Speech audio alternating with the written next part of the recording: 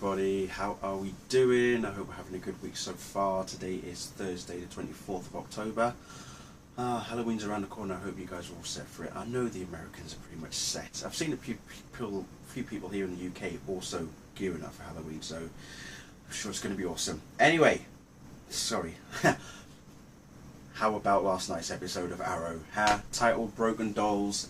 I think it's fair to say that this was one kick-ass episode. Absolutely brilliant from start to finish. So much DC Comics elements and Easter eggs in this episode. It was unreal, especially at the end. We'll get to that in a moment. So, where do we kick off? We kick off literally from where we finished off with last week's episode of Identity, where Oliver has been played by Laurel, surrounded by, SWAT team members or, guys who are ready to take him down. She's pretty much got them sorted. So she traps, Green Arrow as such, or the Arrow in this case. And how does he get out of it? Well, I'll tell you what, he doesn't do it alone. It was unexpected. The opening 2 minutes has got to be the best opening of a show that I've ever seen in a long time. Not many shows can pull off an opening in the way that this episode opened up in particular.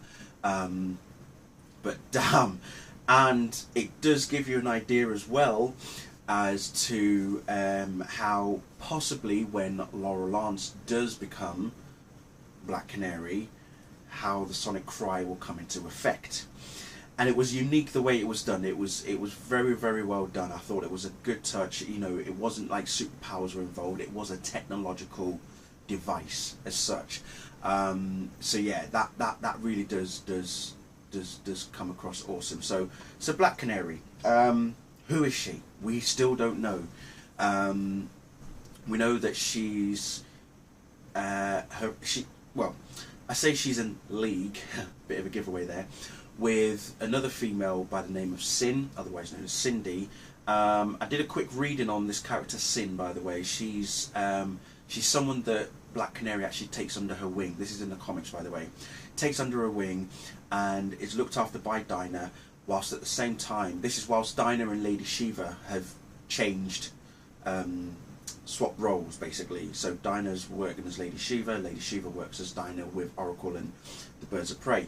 So, and Sin becomes like the surrogate daughter for Black Canary in some sense. There's even one part that explains that she actually, when Green Arrow eventually knows about Sin, he fakes her death because the League of Assassins are after her, and he had to fake her death and had to make Dinah believe that it was real, but eventually Dinah then realised that she didn't actually die, so all that got sorted out. But she's basically a protege for Black Canary in some sense. So anyway, so the episode has that sort of element in some sense. We see the Canary's Nest, as I would like to call it, because Roy gets given a task by the Hood to go and get information about Black Canary, because obviously, the Hood has encountered the Canary a number of times now, and he wants to know more about her. Who is she? What is she doing here? We realise that she's going after men who are committing crimes, which is good. So whilst that is going on the other flip side, Moira Queen, bless her cotton socks, she's facing 25 years to life, but then when her trial hearing arrives, her lawyer, again, this is where the DC Comics connection comes. This is awesome. This is why I love this show. Jean Loring is in the frame now, guys. Yes, that's right. Ray Palmer's wife, aka the Atom, his wife, is in this episode, and she is Moira Queen's attorney. And it just so happens that the prosecutor wants to send Moira to her death, give her the death penalty, which Jean's not happy about. Oliver and Thea are both distraught about it as well.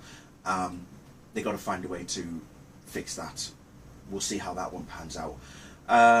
What else? Back on the island, Slade and Oliver go on a mission to go and find, the people that they encountered after Fires and his men were all killed, because they thought they were the only ones left on the island. Apparently there's a group of pirates, as I would like to call them, that they've encountered. And remember, obviously, in last week's, or the first episode of season 2, Oliver killed a man when he was on the island. So they go in search of these people. They find something. I think there was a boat that they find. But whilst they're both on the way to find this boat, they're both having a conversation about Shadow, because they left Shadow back at the site that they're staying at. And so they're both arguing because Slade believes that Oliver caring about Shadow or caring about someone loses focus on what he's supposed to be doing. So there's that bitterness. And as I said, I think last week, I think that there is that tease as to how Oliver and Slade could become sworn enemies at a later time. Whilst at the same time, then they realise that the boat is actually blowing up their site. It's firing at their site, and they realise that Shadow's there, so they've got to go back. Well, Oliver runs back. Slade goes after him, and they're running through as bombs are being thrown down, and we see Slade burning. And that's all. That's all we get from there. We see Slade burning, Oliver's on the floor. Lord knows what's going to happen from there. We see, well, at the end of the episode, we see where Oliver actually ends up, but I'll get to that in a moment. Quentin Lance, bless him. I can't believe what happened to him in this episode. I do feel bad for him. The main villain in this episode, solid as hell, by the way, the Doll Maker, otherwise known as Barton Mathis. He is also a DC Comics character that Oliver has had, you know, scuffles with in the past, and he's responsible in this episode. He was responsible for the killings of a number of girls, and he has a unique where he fills their body with some sort of white liquid that turns their, you know, makes their body stiff, dresses them up, and they basically look like a live porcelain doll. It's scary as fuck, basically. So Barton Mathis, he gets let out of prison. Quentin Lance knows about it and wants to go after him and basically put him back behind bars. And he enlists the help of the Hood, of which he actually calls him the Arrow this time round. Laurel's not happy about it. I still don't know what's going on with Laurel, but towards the end of the episode, Laurel eventually comes round, and when you see the episode, you'll see why she eventually comes round to forgiving, in some sense, the Hood and Oliver and stuff like that. And she does, in a way, feel guilty for the death of Tommy. But as I say, when you see it, for her, it becomes clear. So Quentin and Oliver working together. Does Quentin know that Oliver's the Hood? I don't think he does. Does Laurel know that he's the Hood? Of course she doesn't. Eventually that will become public knowledge between those three. I'm sure it will do. So yeah, so going forward in this episode, as I say, there was mentions of things like Metamorpho. There was even Channel 52. As I already mentioned, Jean Loring in there as well.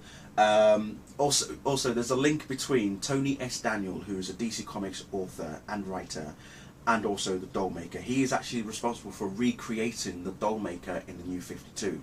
And so I'd already done my research about it, because I've read some comics that Tony S. Daniel has done artwork for, in particular Action Comics. Him and Andy Diggle both did the very small run on Action Comics. I think just 3 issues, and then Tony Daniel sort of continued a couple more issues after that.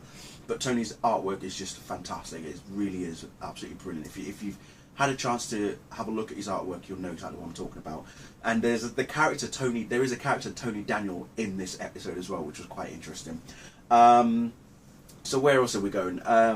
So yeah, so the ending just blew me away. Like, I literally sat there.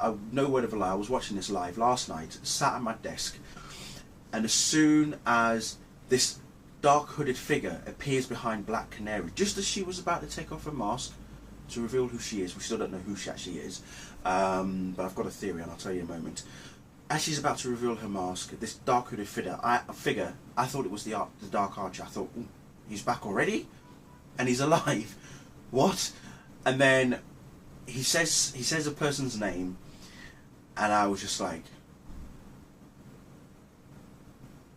I literally just, for the whole duration of that scene, I was just, okay, he actually said the name that I think he said, and it was confirmed. Even Stephen Amell himself on Twitter confirmed it last night. He said, yes, you heard the name that you thought you heard mentioned there. I was like, mind blown. Who am I talking about? Again, you have to watch the episode to find out. But it does give you an insight as to who Black Canary could potentially be. Alright? And if you've been paying attention to this review so far, try and put the links together on what I've been saying about Black Canary and who she's in league with as well, in particular. So, you've probably figured it out already. And if you have, well done you. If you haven't, go back to the beginning of this video or watch the episode.